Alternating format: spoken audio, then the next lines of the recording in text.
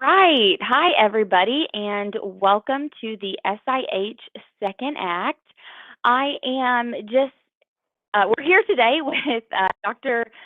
Lehman, and he is going to be giving a presentation on spring allergies and what you need to know. But before we get started on that, just a few reminders that to be looking for your May newsletter. We have exciting news. We will be returning to some in-person classes in May.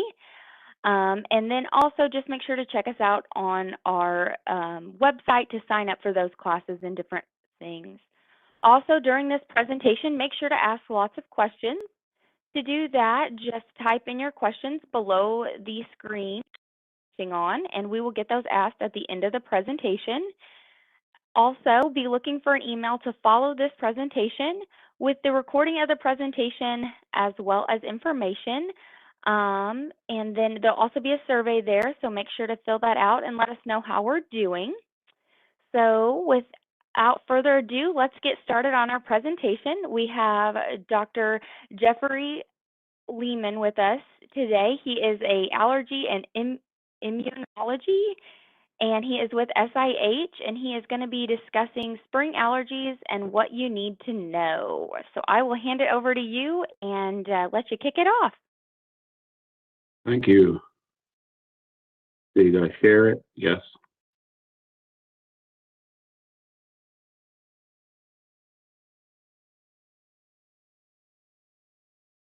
Can you see it?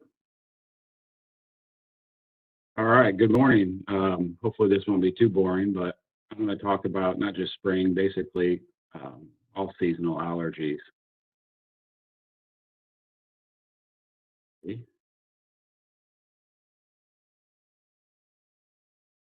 There we go. So allergic rhinitis, also you might be familiar with the term hay fever. It's basically just inflammation of the nasal passages. That's the term rhinitis. Basically, you get brief episodes of rhinitis, usually caused, you can have brief or chronic rhinitis. So brief is like when you have a cold, basically, upper respiratory infection. They're brief. They may last 7 to 10 days, typically resolve, but you do have inflammation of your nasal passages. And chronic rhinitis would usually be caused by allergies, but you can also get it from overuse of certain medications, a few medical conditions, and some other factors that we can discuss at a different time. Affects about 20% of people, of the entire population, all ages. Your risk for developing allergic rhinitis is much higher if you already have asthma or eczema, or you have a strong family history of somebody with asthma or allergies. It can begin at any age. Typically, it does not begin before the age of 2 or 3, because you need to be exposed to the seasons in order to develop allergies. You're never born with allergies. Most people first develop symptoms typically in childhood or young adulthood, and the symptoms are typically their worst in children or patients in their 30s and 40s. And the severity of symptoms can vary throughout life. You can have periods of time where you have no symptoms. Allergies can resolve. They can get definitely better, disappear for a brief period, but then return. So the causes of allergic rhinitis are basically a nasal reaction to small airborne particles called allergens, which provoke an allergic reaction, mainly involving histamine. Some people, these particles also cause reactions in their lungs, which if you have asthma, and in your eyes, such as allergic conjunctivitis. Environmental allergies will never cause rashes, so they'll never get hives, but they can secondarily worsen eczema just through an inflammatory response, but not directly from contact. The allergic reaction is characterized by activation of 2 types of inflammatory cells called mast cells and basophils. And these are the cells that produce the inflammatory substances, mainly histamine, which causes most of your symptoms. That leads to fluid buildup in the nasal tissues, causing congestion. You get nasal itching, eyes may itch, sneezing, runny nose, and then over several hours, these can activate other inflammatory cells, which then leads to your persistent symptoms. So when you look at allergic rhinitis, you have seasonal versus perennial. So seasonal is intermittent, mainly spring and fall.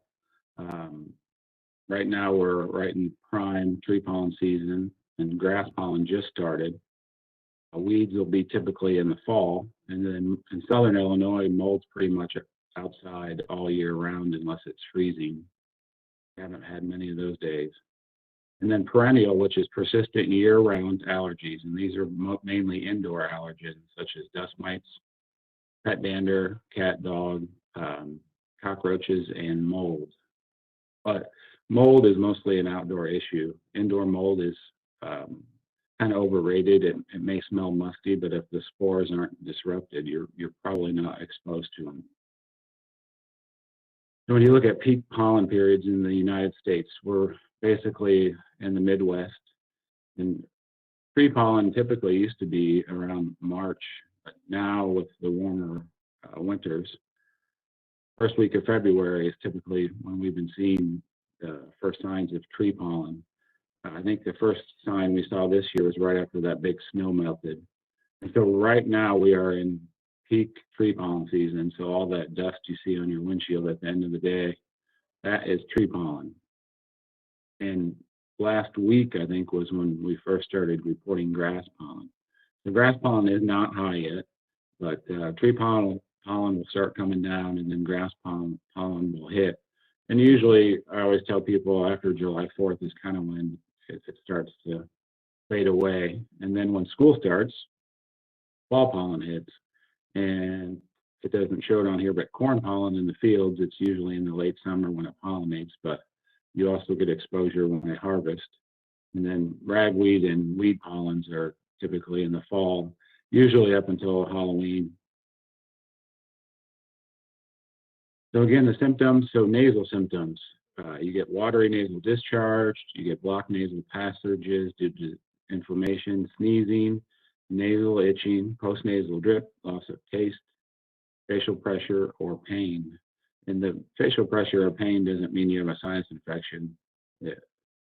Basically, the sinuses drain into your nasal cavity. So when there's a lot of swelling in your nasal cavity, they basically close off these openings, and then you just feel pressure.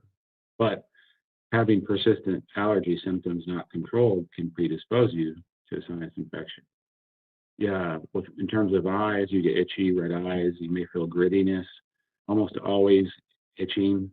And then you get what we call allergic shiners, which is basically blood pooling underneath the eyes because it can't drain because there's so much inflammation in the nasal cavity.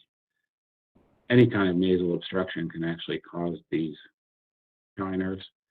Kind of a misnomer, but we tend to refer to them though as allergic shiners. And then you may develop sore throat, hoarse voice, congestion. You may get popping of the ears because again, the opening of the eustachian tube, which drains the middle ear, is in the back of the nose. So when there's a lot of swelling there, this opening is blocked. And you may get itching of the throat or ears. And then in terms of sleep, the major issue with allergic rhinitis is quality of life, because when you're experiencing symptoms, you tend to not sleep well because your mouth breathing, you can't breathe through your nose. You may wake up frequently, and then it definitely causes daytime fatigue, which leads to either poor performance at school or work.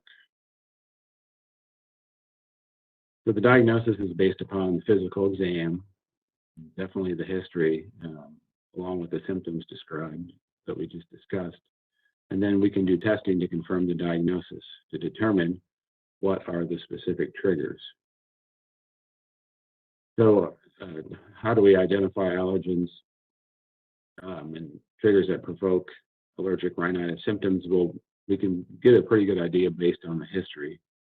We can recall factors that preceded the symptoms, and then noting the timing at which symptoms begin is also important. And then identifying the potential allergens in a person's home, work, or school environment, such as pets. Somebody works in construction, may be exposed to mold more. things like that. So how do we test? Skin tests, we have two types. We can either skin tests or we can do blood testing. Skin tests are useful for people whose symptoms aren't well controlled with medications or in whom the offending allergen is not obvious. So in my office, there's several devices you can use. We use the Greer pick, individual test. They're little plastic prongs. So there's no needles like they used to do back in the day. We used to refer to this as scratch testing. We kind of refer to it as skin prick testing now. But a small amount of allergen is in fluid form is in between those prongs. And we lay it on the skin, and then we do a little quarter turn, which introduces the allergen, and then we wait for a reaction. And as you can see, this person's quite allergic. Those hives that are shown on the arm there, the top part of the screen, those would be negative tests. And then here at the bottom part, you see numerous positive tests. And that is actually helpful to the patient too, because they can see it with their own eyes, just how sensitive they are. And then you can also do blood testing. I didn't show any slides on that. Blood testing is not quite as sensitive as skin testing. It's more expensive, and it takes about 4 to 5 days to get results back. But when it comes, it has a very high negative predictive value. So if the blood testing is negative, you're likely not allergic. And the thing about doing skin testing, patients have to stay off any type of antihistamine for about 5 to 7 days, which for some people it's difficult, especially if you're trying to test them in peak pollen season. So treatment, reduce exposure to triggers. Sometimes it's tough, especially when it's outdoors, but one of the first steps you can do is, you've probably all heard of the neti pot, so saline sinus rinses. This help is beneficial in removing allergens from the nose. Also allows you to clear mucus to allow better absorption of nasal medication. I tend to recommend the squeeze bottle and not the actual neti pot, because one, you don't have to tilt your head, plus the squeeze bottle allows you to clear some post-nasal drainage. So that would probably be the first step you'd want to do if you were self-treating at home. And then there's numerous over-the-counter medications you can get. So here's the pictures. I tend to stick with the squeeze bottle, but you can also use the neti pot. And basically the packets are made up of pickling salt and baking soda. And these kits are about $10 for 50 treatments. You can also, the next step then, in terms of medications, you basically want to get oral antihistamines. We tend to shy away from the sedating older generation antihistamines such as Benadryl, because one, you have to take it 3 to 4 times a day. It can cause sedation, and then at high doses, it can lead to cardiac arrhythmias. So it really has no benefit over these newer antihistamines, except if you were using it for sleep. So I tend to not recommend that. So we stick with the second generation, less sedating oral antihistamines, and you can get all of these over the counter. Loratadine, which is generic Claritin, cetirizine, which is generic Zyrtec, fexofenadine, generic Allegra. You don't see does loratadine much, but that's Clarinex. And then the newer one, which is essentially the mirror image of cetirizine or Zyrtec, and that's Xyzal. So you can get all these over the counter. I think Sam's has the cheapest generic antihistamines by far. You can get 400 generic Claritin tablets for $12, 400 generic Zyrtec, I think for $15, and then I'm pretty sure they have generic Allegra. So that would be the first medication you take to help relieve itching, sneezing, runny nose, but oral antihistamines do not relieve congestion. So the first line treatment when you're wanting to treat all the symptoms of allergic rhinitis would be nasal steroid sprays, which these are several are over the counter now. These treat every symptom of allergic rhinitis and has very few side effects. The most common side effect would be irritation and nasal bleeding. and that's usually when the patients do spray it incorrectly and they point it towards the septum, the middle of their nose. What you really want to do is aim away from the septum and aim it towards the same side eye, and you tend not to have any bleeding or burning. This is more effective than oral antihistamines, and there's a number of over-the-counter available. I'll show a picture here in a second. All of the nasal steroids are pretty much similar in efficacy for treating the symptoms of allergic rhinitis. These don't work quite as fast as antihistamines. Antihistamines usually work within about 30 minutes to an hour. These may take 1 to 2 days to be fully effective. But the other thing about these, the thing about antihistamines is you can use them as needed because they work fast when you take them. But nasal steroid sprays are something you want to do daily to prevent symptoms. So they're most effective that way. Some people get by using them intermittently, but daily use would be better. So here's what we have available on the market today. And I'm pretty sure, I know Flonase Nasacort, Nasonex, and Rhinocort, and Viramist are all available in over-the-counter formulations. I tend to write for Flonase because it's usually the cheapest. Some people don't like the smell of it, so there's numerous things with nasal steroids out there. There's one that is an aerosol, which really isn't covered well by insurance, and it is not over-the-counter. Q-nasal is an aerosol for those people who don't like to spray liquid up their nose.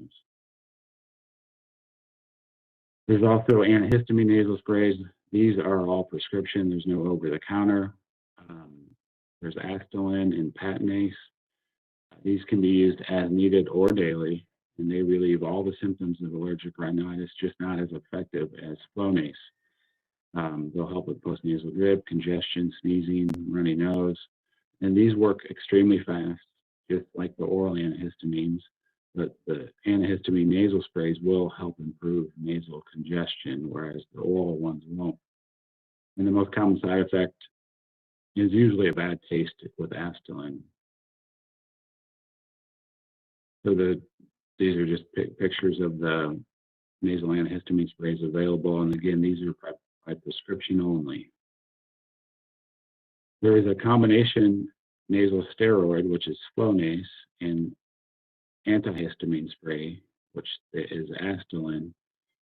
This is only by prescription, and it has very poor coverage from insurance, so I tend not to use it. Typically just put them on Flonase and Astelin separately, but this is available. Oral decongestants. So you've heard of pseudoephedrine. It's the oral decongestant that they use in the U.S. to make meth with. So now when you purchase it, you have to give your driver's license so they can monitor. This is something you don't want to use daily because it does elevate your blood pressure and increases your heart rate. So this is not something you want to take daily because it is considered a stimulant. If this would be something you would want to use for a few days at a time. And these are usually in combination with over-the-counter antihistamine, such as Claritin, Zyrtec, or Allegra. Then phenylephrine is the other oral decongestant you can take that is actually over-the-counter where you don't need a driver's license. But they actually did a big study, and it is no better than placebo. So I would save your money and not buy this. It's not a very good nasal decongestant. If you're going to buy one, you'd want to probably go with pseudoephedrine, but again, I would caution you about taking it daily. Also, men who have enlarged prostate may also have difficulty urinating, and may be worse when they take oral decongestant. They also have topical nasal decongestants over the counter. Afrin we've all heard of, and then neosynephrine. These work extremely fast. They constrict blood vessels in your nose, much safer than the oral. But the problem is you get a phenomenon called rhinitis medicamentosa, which is basically rebound nasal congestion associated with daily use more than 3 days typically. So if you're using it chronically, what happens is your nose the congestion that you're using it for actually gets worse than before you started using it. So then you have to use it every day. Otherwise, you're not going to breathe well through your nose, and it's extremely difficult to get people off this once they've got to that point. So if you're going to use it, you only want to do it for a few days at a time, but it does work extremely well.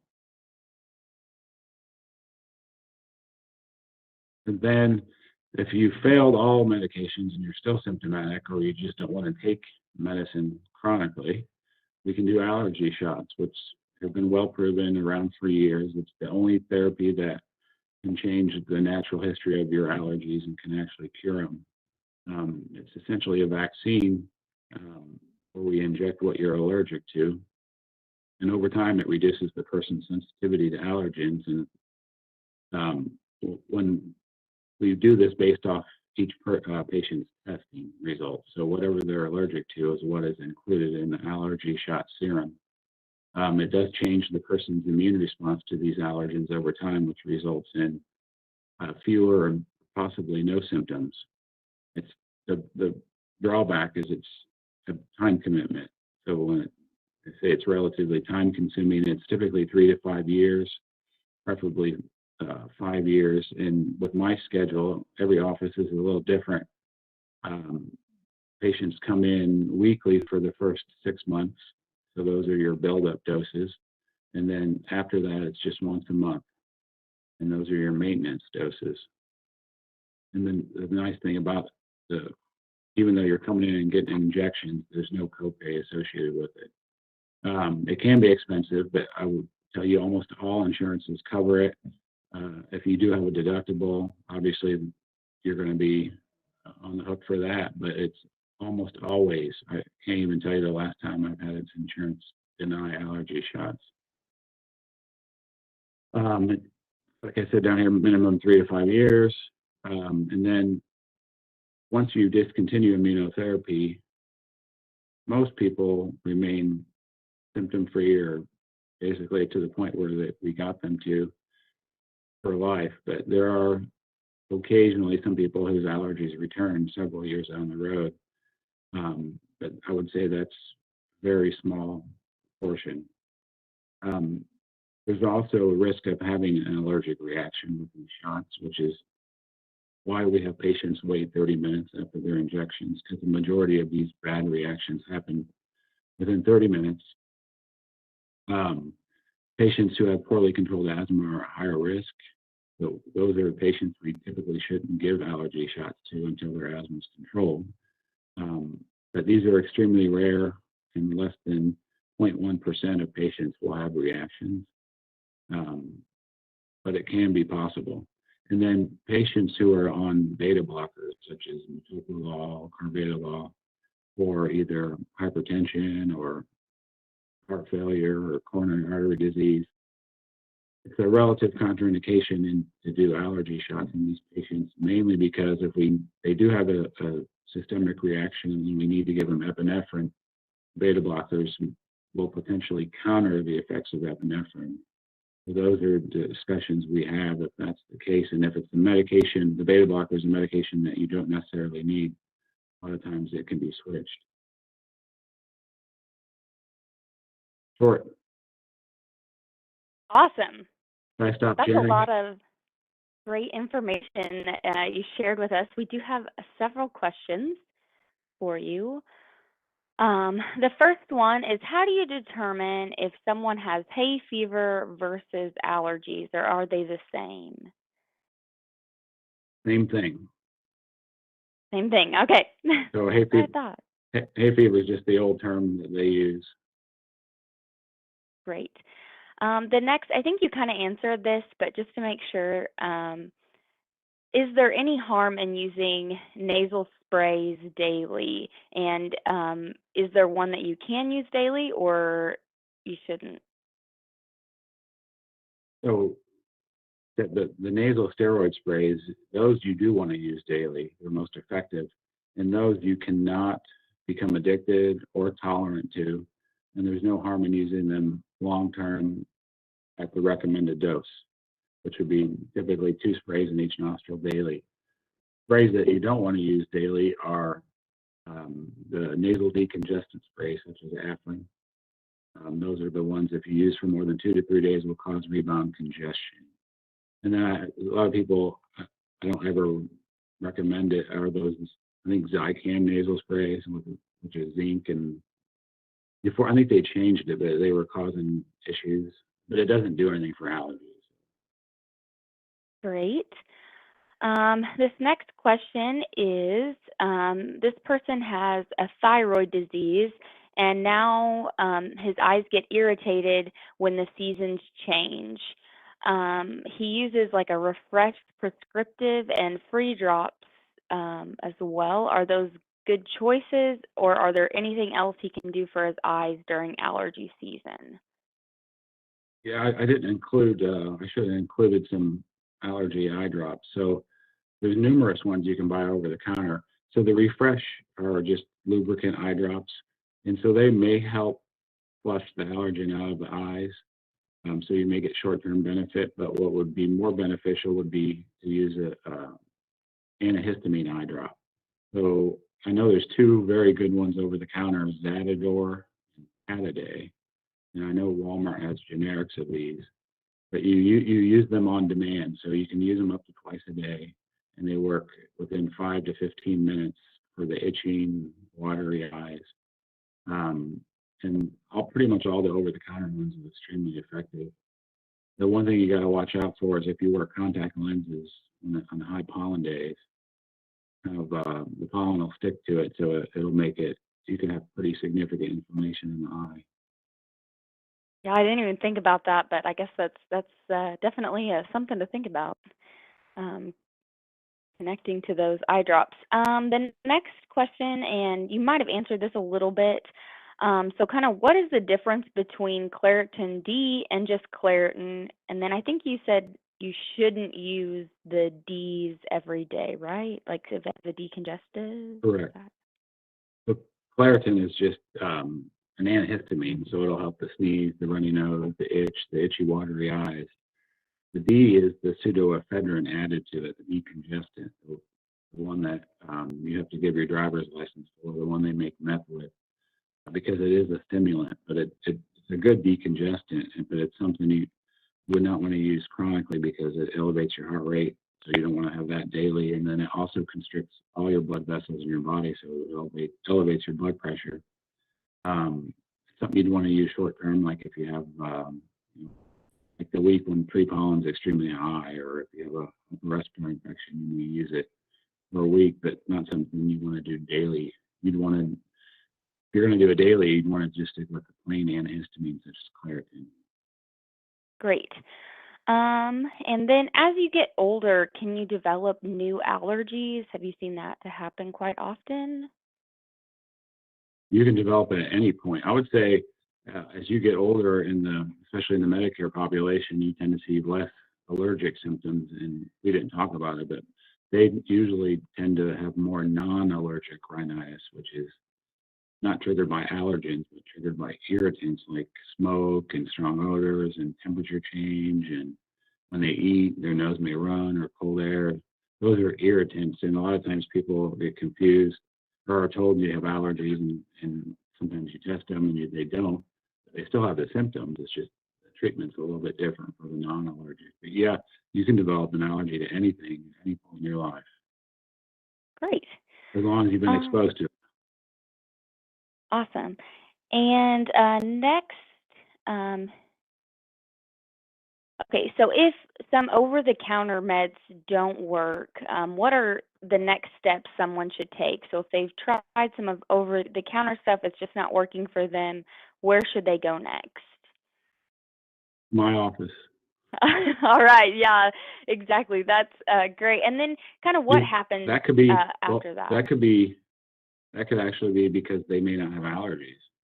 And even though they've been told that, their symptoms may be non-allergic, which responds to different medicines. You typically can't get over the counter. So again, that would be something you'd say, well, let's get tested. Let's see if I even have allergies. Yeah, that's always important. I think that, when the weather changes and stuff happen, we always blame it on allergies, and always a good reminder, maybe it's not. Well, people look And at me crazy a lot because they've been told for years by their primary doctor that it's your allergies, but they're still not getting any better. And then you test them, you tell them they're not allergic, and they don't want to believe you. yeah, I bet you do get that a lot because I mean, I chalk usually everything up to allergies. So, always a good important reminder to definitely double check if it's nothing's working, allergy wise. Next, the burning question. Obviously, it's COVID time. So, can you differentiate between COVID and allergies? Should you just go get tested if you think you have allergies, but these symptoms might be COVID symptoms? How can you kind of tell the difference, or is there any good way to tell the difference? Well, if you ever have fever, allergies never ever cause fever. If there's fever involved, then definitely not allergies. But a lot of the symptoms overlap. That's what a lot of my patients have issues with when they come through the screening. They're having sneezing, congestion. I would say things like loss of smell and taste aren't something that you'd commonly see with allergies unless they were extremely bad long term.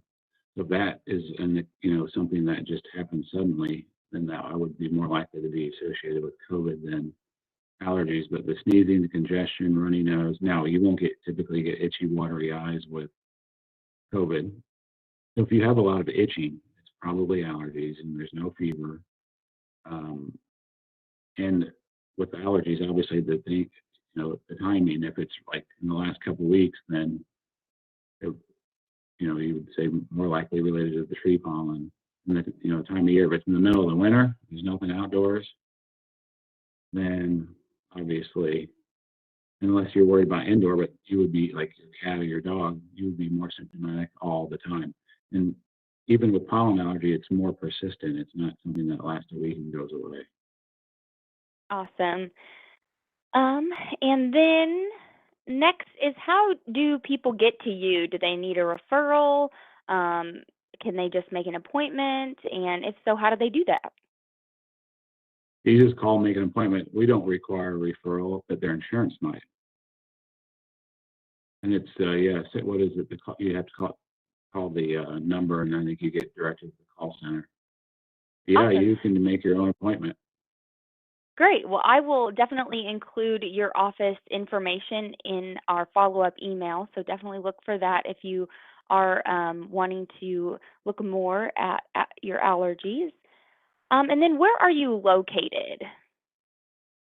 At the Center for Medical Arts And is in that in Carbondale, Carbondale? Okay, awesome, over awesome. by behind Gold's Gym. Great. It's a pretty nice little office over there too. So nice little Yeah, drive. And then I just had one come in. So what you would consider the best daily options to use for your allergies? um, definitely the sinus rinses, doing those once or twice a day, every day, and then Flonase or any kind of nasal steroid you can get over the counter, doing 2 sprays in each nostril once a day. Those I would do daily, and then any bad days I would take over the counter. Claritin, Zyrtec, Allegra, Zylol, any of those you can take needed. Awesome. Well, those are all the questions I really have for you today. We really do appreciate you getting on with us and sharing your knowledge and information, because it is allergy season, and some great reminders and things to think about when you're looking at what could be causing your itchiness and eye irritation and nasal. So we do appreciate it. Do you have any last words or anything you'd like to share? I think I covered it all. What was that? Oh, I think I covered it all. Oh, great. Well, thank you so much. And we'll see everybody else later on our next WebEx. Thanks, everybody. Thank you.